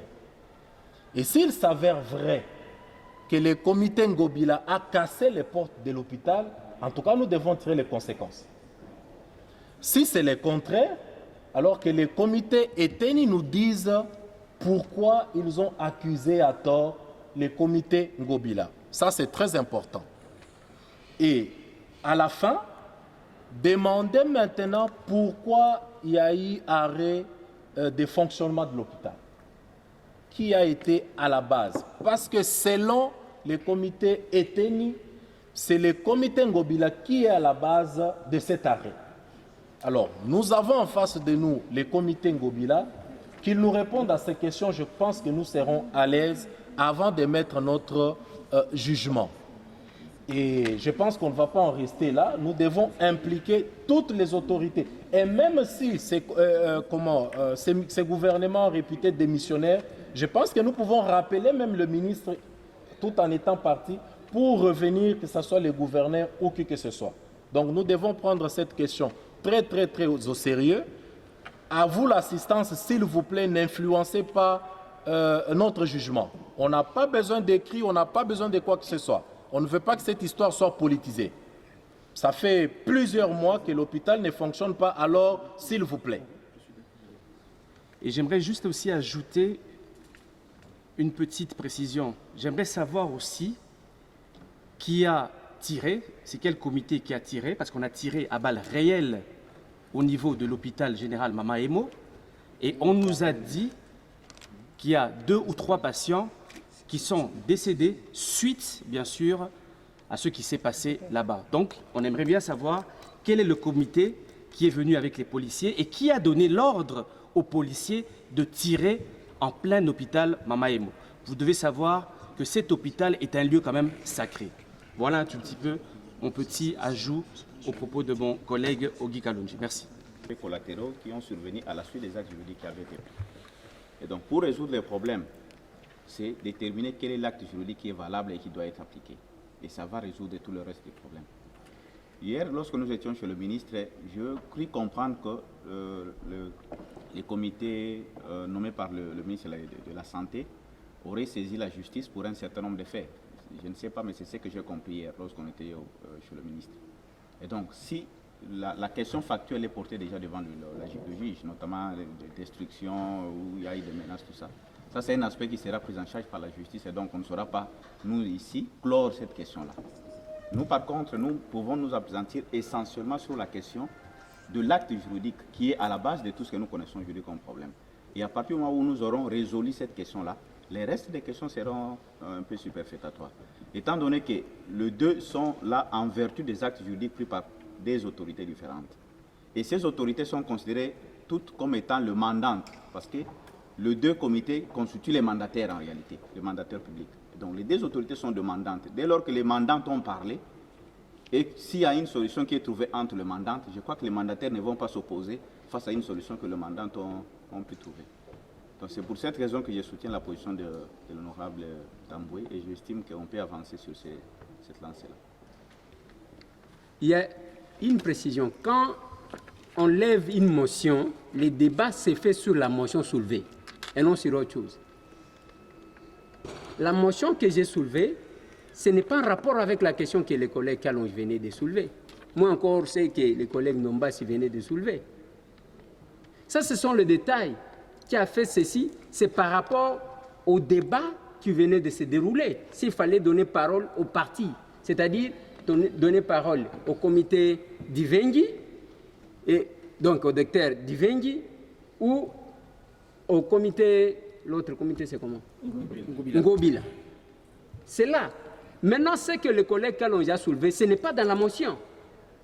C'est une intervention autre que ça. Parce que ici, il ne faut pas qu'on nous amène ailleurs.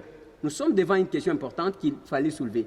Des petites choses, par exemple, c'est que les collègues a dit. Ce n'est pas des petites choses. Non, je parle de petites choses. Vous ne polémiquez pas, j'ai la Je parle de petites choses. Pourquoi? Écoutez-moi, collègues, vous allez réagir. Il faut le respecter. Si nous voulons dire aujourd'hui, parce que là où vous nous amenez, avant d'entrer ici, on ne nous a pas dit ici qu'Ngobila nous a corrompus. Ce sont des petites choses que vous ne pouvez pas soulever. Avant d'entrer ici, on ne nous a pas dit qu'on a donné 4 000 $ au secrétaire général pour les convaincre et pour les corrompre. Ce sont des petites choses.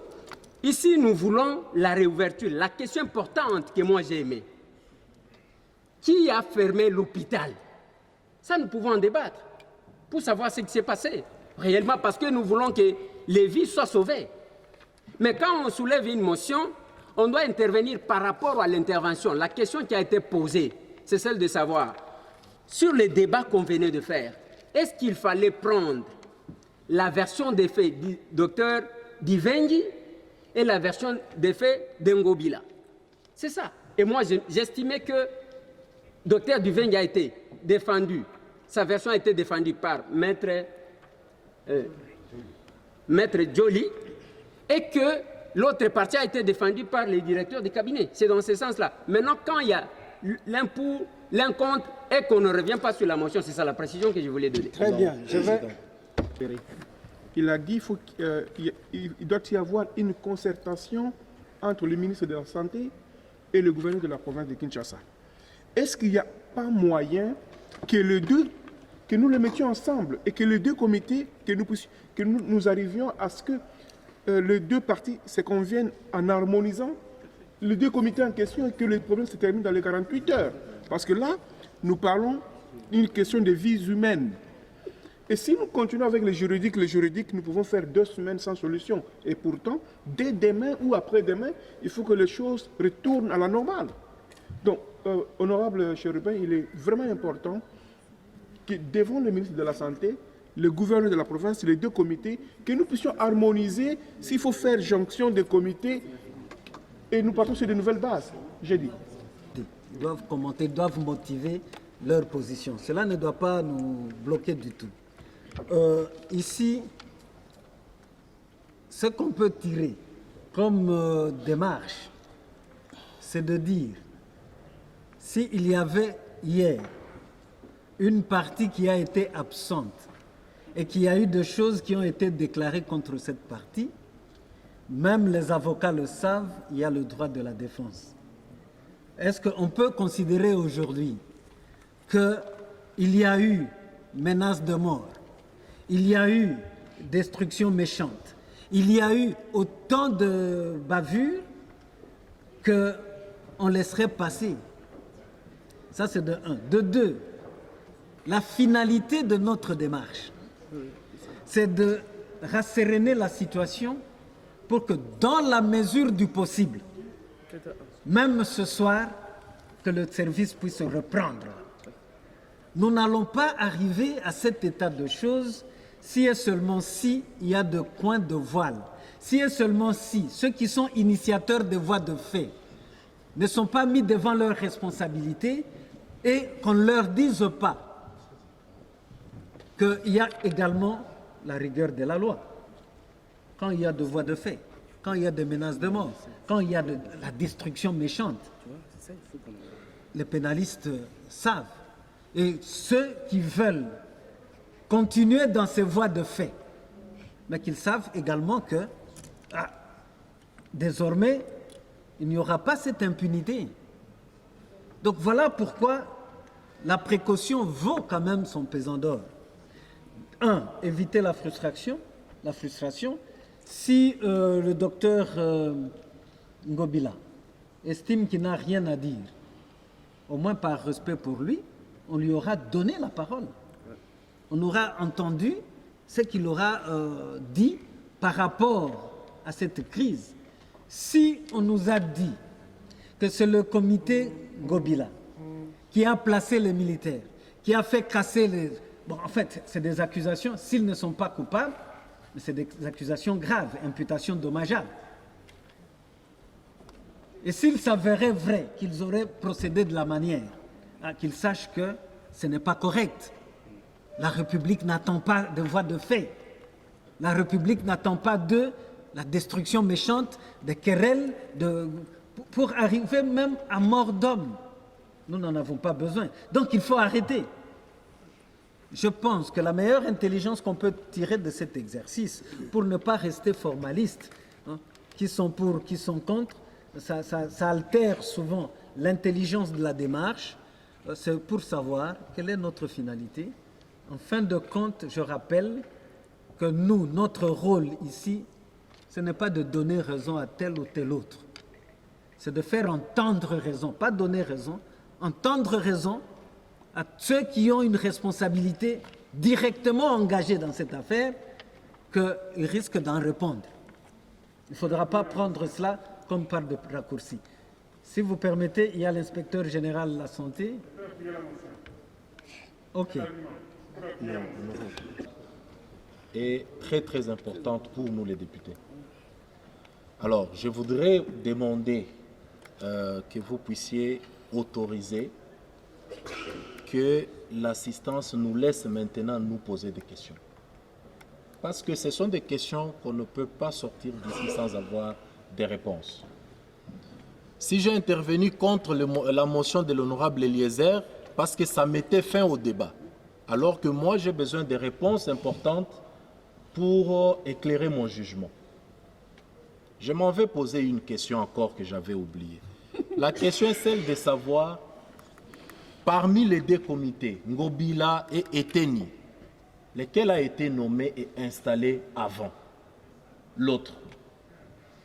Parce que selon, je reviens encore hier, selon les comités Eteni, le médecin directeur serait dans son bureau quand Ngobila nomme et il a reçu un coup de fil où on lui demande de partir de son bureau parce qu'il y avait menace de mort. Ça, ce sont des faits qu'on ne peut pas négliger, honorable président. C'est quand il part de son bureau que le bureau a été cassé. Mais selon Ngobila, pour ceux qui pensent que... selon les gouverneurs. Pour ceux qui ont murmuré qu'on a essayé de nous corrompre, je vous dis que vous avez ici en face les députés les plus crédibles. Et nous avons reproché les ministres de la Santé hier, vous étiez là. Nous, on ne blague pas. Ils n'ont pas l'argent qu'ils peuvent nous donner. Ça, retenez cela. Alors, selon le gouverneur Ngobila, hier, il nous dit que son comité a fonctionné pendant 1 mois. Il n'y avait aucun problème. Et c'est le comité Eteni qui est venu casser. Je pense que ça, c'est très important. Donc, moi, je voudrais avoir ces réponses-là avant de faire ma déclaration. Parce que je peux même me permettre, en tant que citoyen, porter plainte contre ces comités-là qui est allé casser parce que le désordre est parti de là. Qui a bien fonctionné? Qui a cassé? Cet hôpital ne vous appartient pas, s'il vous plaît, chers des comités. Cet hôpital appartient à l'État congolais. Cet hôpital n'appartient ni à vos familles. Alors nous devons respecter cet hôpital. Et surtout, vous savez, il y a, je crois, 1 année à peu près, ces mêmes députés ont visité Mama Yemo. Vous devriez avoir honte. Au jour d'aujourd'hui, on ne devrait pas être ici pour voir qui gère et qui ne gère pas. Nous avons visité Mama Yemo en temps normal. D'ailleurs, moi, je vais proposer ça dans nos recommandations. Peut-être qu'on aille encore revisiter qui sont anciens dans ces comités-là et qu'on les fasse partir. C'est une honte, ce que nous avons constaté il y a une année. Alors, au lieu de s'asseoir, penser comment développer cet hôpital, nous sommes là en train de parler de qui va gérer. Non, s'il vous plaît. Vous êtes en train de nous insulter parce que nous aussi, on s'est fait soigner dans cet hôpital-là. Alors, Président, s'il vous plaît, qu'on nous réponde, nous devons savoir. Il est de notre droit de savoir qui a cassé les portes de cet hôpital et lequel de ces deux comités a été installé avant. Nous sommes en train de désacraliser l'autorité et du gouverneur et du ministre. On a eu tous les textes possibles, tous les avis juridiques possibles. Et le deuxième point, c'était les pistes de solutions. Il y a d'autres éléments qui demanderaient à ce qu'on puisse saisir la justice, qui sont passés aux voies de fait, qui a amené les policiers. Ça sont des voies de fait. Je demande donc aux honorables députés et à toute l'Assemblée d'accepter votre demande, je l'ai déjà dit hier.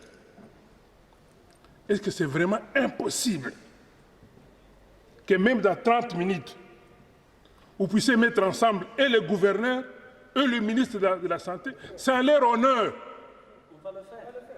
Mais alors, parce que quel que soit le comité qui va être en place, s'il n'est pas en accord avec les gouverneurs, je ne sais pas comment ça va fonctionner. S'il n'est pas en accord avec le ministre de la Santé, je ne sais pas comment il va fonctionner. Par expérience, j'ai 32 ans au ministère. Réunissez ces deux autorités. Nous sommes des exécutants.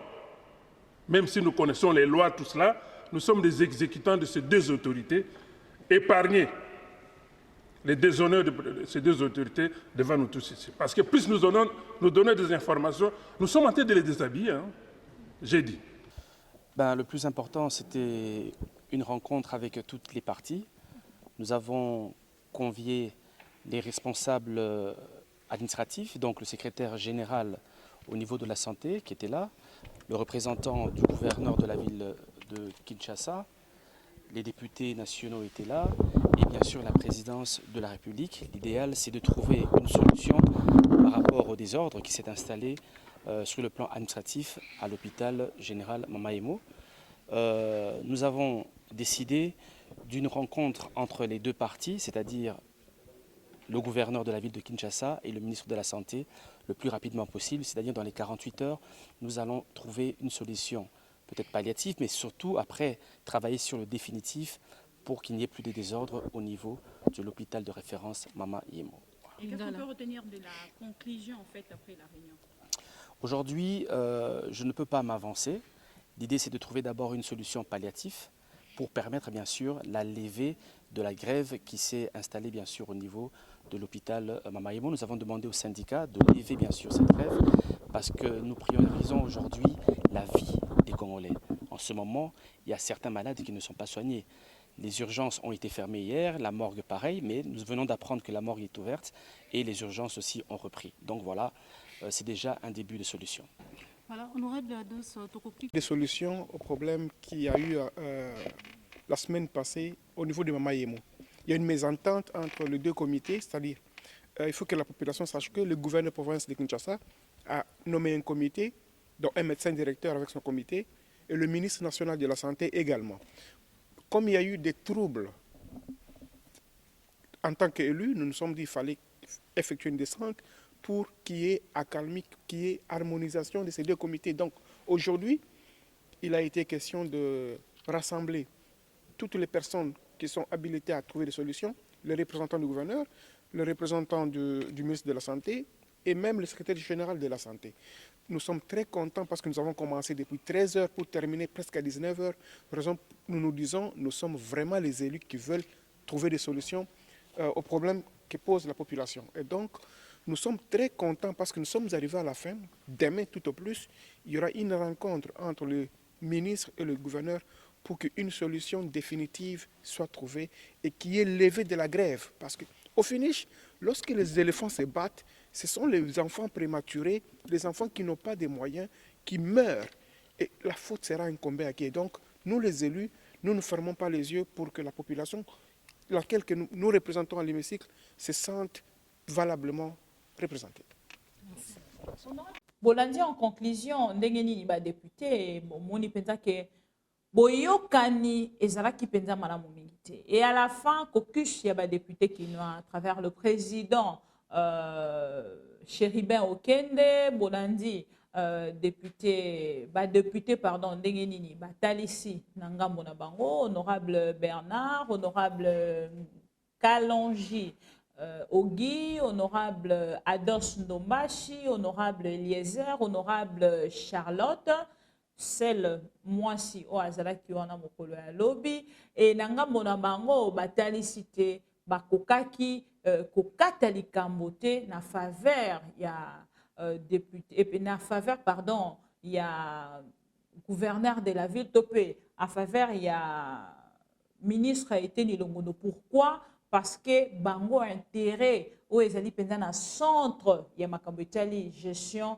ya mama emo ezali plus le peuple congolais o bazali ko souffrir o bazali ko kufa pendant que bazali na assistance était ya ba médecin o bazali na grève wana nde ezali ko sala te ba député na ngambo na bango ba telemi balobi non esengeli na biso tokende na ko intervenir na problème ya mama emo pour na ko sauver vie ya ba congolais topé ya ba kongomani nyonso o ba belelaki na mongongo monene ba députés nationaux botiki biso e na ngambo ya caucus ya ba députés nationaux ya Kinshasa de batalisaki na ngambo la bango te sengelaki bongo ba participer à travers une réunion pour te bayoka les deux côtés bayoki comité de gestion au ministre Eteni Longondo atiaki bayoki pe comité de gestion oyo deko Gentini Ngobila le gouverneur de la ville atiaki pour te na suka na yango ba trouver solution pendant que solution et se trouver te boyoka interview en fait ba député ndenge nini ba conclure. Et du nouveau à Kinshasa, le complexe hôtelier Tremplin Royal sous Kanamasolo. Vous qui désirez passer des nuits inoubliables, l'hôtel Tremplin Royal vous offre un service de haute qualité, de chambres modernes répondant aux standards internationaux, salons et salles de bain bien équipées. Votre sécurité est assurée, les portes électroniques et même un coffre-fort dans la chambre. Tremplin Royal dispose d'un restaurant VIP, des plats de différents goûts à un prix hors conquérant, de boissons de toutes marques accompagnées d'une musique douce. Ce n'est pas tout. Pour vos déplacements, Tremplin Royal met à votre disposition une voiture pour tous vos déplacements et un groupe électrogène industriel pour faire face à la coupure d'électricité. Pour vos cérémonies de mariage, de collations, spectacles et autres événements, Tremplin Royal met à votre disposition une salle de fête de 300 places avec un décor de couleurs selon votre choix. Nous sommes situés au numéro 23 de l'avenue Aérodrome dans la commune de Barumbu, référence stade municipal de Barumbu. Pour tout contact, appelez-nous au 081 570 78 00 09 98 55 22 96 et Salimana Nouté, le complexe hôtelier Tremplin Royal, le confort et les nôtres sous Kanama Solo chez Tremplin Royal Kanoka Kae.